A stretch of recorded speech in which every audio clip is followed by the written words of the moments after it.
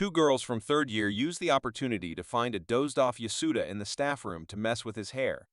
He wakes up asking Terajima if someone is behind him and is depressed to have missed the chance of consciously having high school girls play with his hair. As he is about to leave for his class, she tells him there is something wrong with his head. Being the openly perverted teacher he is, he agrees with her and leaves, not realizing she is talking in the literal sense. The girls had tied his hair in two pigtails. Yasuda seems to be pretty serious when talking to the class about their exams, but they all just stare at him weirdly. Hori stands up, wanting to say something while the others try to telepathically convince her to point out the hairstyle.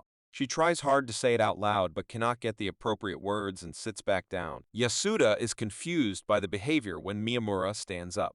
The students again send some convincing frequencies to have him say it. Yasuda points out the distraction among students, while the students try hard not to say out loud that he is the distraction. Yoshikawa, who slept through her alarm, rushes to the classroom and is shocked at the sight. She then breaks out into laughter, making the rest of the class lose their cool, calling him cute and all. Yasuda is confused till Yoshikawa finally shows him the mirror. Yasuda walks back to the staff room annoyed that he did not get to have the girls do it while he was awake, convincing Terajima that there indeed is something wrong with him. Yasuda cannot find the key to the resource room, so Terajima tells him to reach out to Nakamine, the one in charge of the keys. Yasuda asks Nakamine about the keys, but he seems to not know about them.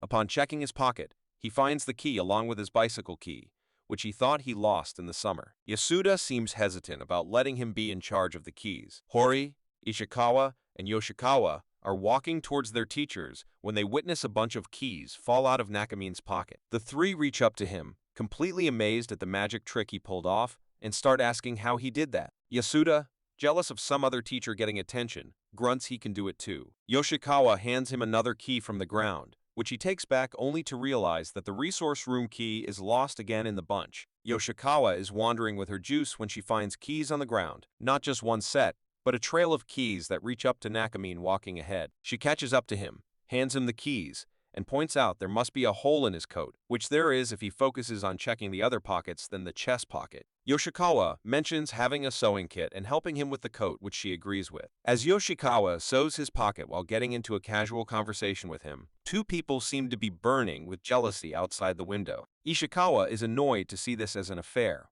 while Yasuda is annoyed that Nakamine ended up doing what he's always wanted. Yasuda is fascinated by Yoshikawa carrying a sewing kit, while Ishikawa is sad that she never helped mend his torn-off buttons even when she notices them. Yasuda points out that Yoshikawa does not have any love for Ishikawa, starting a heated argument between the two about Yasuda having indecency screaming out of him, while he calls them purest intentions. Inside the room, Nakamine expresses his gratitude for the favor, while she shares having a sewing kit for a certain someone who keeps losing his buttons, but he does not tell her, so she hasn't gotten the opportunity to use it. She then decides to use her palm reading skills on Nakamine, but the moment she's about to grab his hand, Ishikawa slams his hand on the window. Later, she tries to read Ishikawa's hand, but only points out the lines being faint. He tells her not to do it so casually as to not seem weird, earning punches from Yoshikawa for thinking she is weird. They are disturbed by Ira addressing Ishikawa about their plan for the next day. He calls it guys' fun, earning dead looks from the two. The next day, Yasuda hears guys whispering from inside a classroom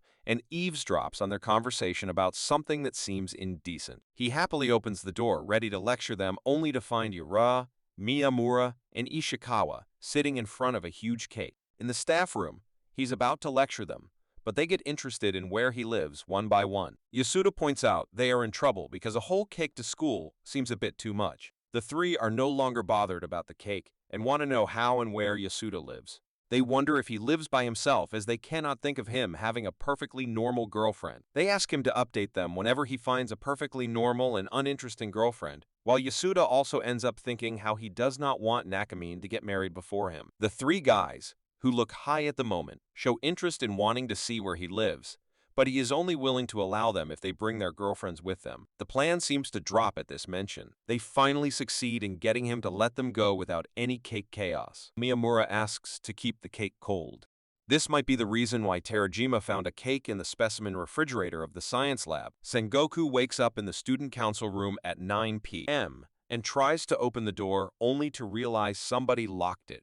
To make things perfect, he is locked with a monster named Kyuko Hori, who is gonna wake up anytime now. Hori wakes up and blames Sengoku for being careless, as if she wasn't sleeping the same way as him. Hori's biggest worry seems to be buying carrots on the way back home, after which she realizes she has a bathroom emergency too. The two call the school phone number hoping for a teacher to rescue them. Yasuda comes in questioning what they were doing this late only to be pushed away as the two run to the washrooms. Yasuda interrogates the two for doing something inappropriate till this late while Sengoku points out the fault of the one who locked the doors without checking. Yasuda decides to use this moment to bring out his perverted self but is stopped by Terajima, who tells the two to leave wanting to talk to Yasuda in private. The next day, Miyamura is shocked to hear that the two were locked and approaches Sengoku asking if he is fine after being locked up with Hori. Hori glares at the two questioning what this exchange was supposed to mean. Traumatized-looking Yasuda stops Hori from resorting to violence, making them forget about their issue and focus on him. The boys are scared at what Terajima did while Hori seems to have found her idol. Not to mention Yasuda was only tamed for a day. Let's hear Watabe's point of view for Miyamura. He seemed to have liked the old version of Miyamura,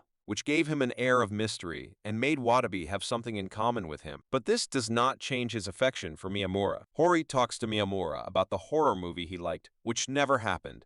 Watabe casually takes out his phone and snaps a picture of Miyamura. While walking past him, Miyamura strikes up a conversation with Watabe about him reading a mystery novel which excites Watabe. He hands him the novel, mentioning it having horror elements, which Miyamura likes. Hearts are flowing out of Watabe upon having a conversation with Miyamura. Miyamura points out horror being Hori's favorite genre, making it quite visible the way Watabe's excitement disintegrates. Miyamura covers that he likes horror too, lifting Watabe's mood.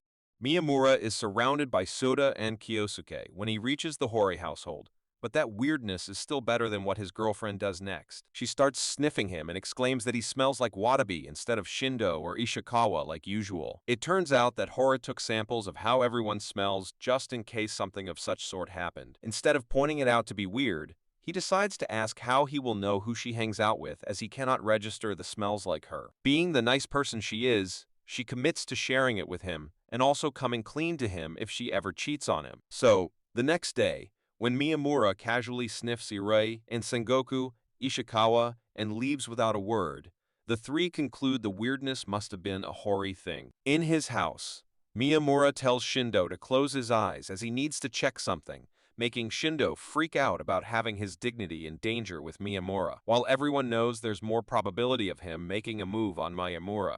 Miyamura sniffs him and still does not register any specific scent, and sits down sulking after shutting up Shindo. As Miyamura plays table tennis in the sports arena, Watabe and Ishikawa are sitting together. Ishikawa once again witnesses Watabe capturing pictures of Miyamura, so decides to point out that he has a girlfriend. Watabe tells Ishikawa that it is cute that he likes a girl, and does not show being bothered by Miyamura having guy friends either. So, in conclusion, Watabe is happy just admiring Miyamura from afar, like a creep. Also, he would love to get to touch him. Not to mention having a special folder for Miyamura's pictures and recordings on his phone. Miyamura calls him out to play with them. The smile and charm of Miyamura directed at Watabe seem to have fulfilled his life's goal, as he has nothing else to live for anymore. On the other hand, Hori seems to be very furious at smelling Watabe on Miyamura once again. After trying to rip off his clothes, she chooses to spray him with the deodorizer, mentioning Watabe having more interest in him than other guys. It is true, but also crazy that she figured this just by his scent. Miyamura turns around suddenly and approaches Hori only to hug her and sniff her. He is glad to smell her scent as he does not seem to be able to decipher others. Hori seems to have gotten mad enough to start crying as she finally thought he would be rough with her.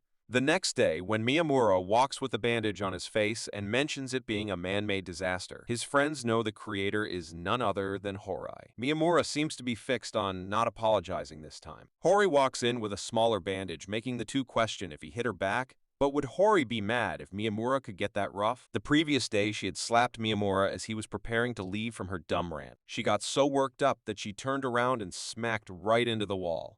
Even though Miyamura seems to have forgotten what even was the reason for the fight, he is not going to apologize. Hori seems to be ranting about him being unbothered in the student council room. Ayasaki mentions it not being a big deal with Watabe, but Hori is not wrong with the statement guys are as dangerous during the present times. Sengoku and Sakura suggest Hori apologize to Miyamura to not have him stop caring about her with these stupid fights. She agrees to them, but her stubbornness and ego won't make the job easy on her. After spending the whole day ignoring and glaring at each other, Miyamura does not even recall why they are in a fight, while Hori seems to have a hard time apologizing. Yasuda hints to Miyamura to look for Hori outside as she bunked her class. Miyamura finds Hori outside, who starts ranting about Miyamura not caring about her anymore and hating her, not even letting him say anything. He is surprised to see Hori start crying about always getting angry and treating him unfairly, so he starts teasing her for crying. This earns him a kick in his gut for still being nice to her.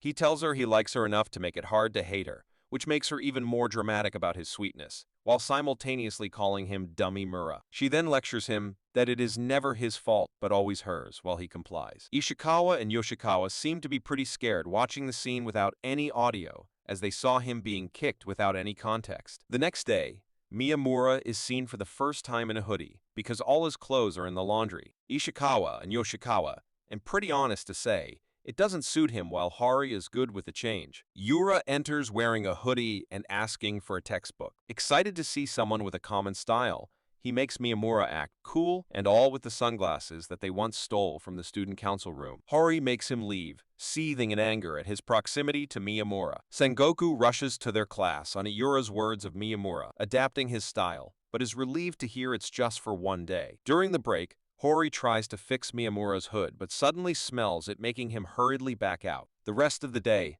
Hori glares suspiciously at him while he shudders, scared of failing to fool her. The next day, while walking to school, Hori takes Miyamura to a side and sniffs his sleeve. She is delighted to smell his scent in it, so he finally admits the hoodie belonging to Shindo. This time, Doggy Hori is not mad but happy to smell her favorite scent back.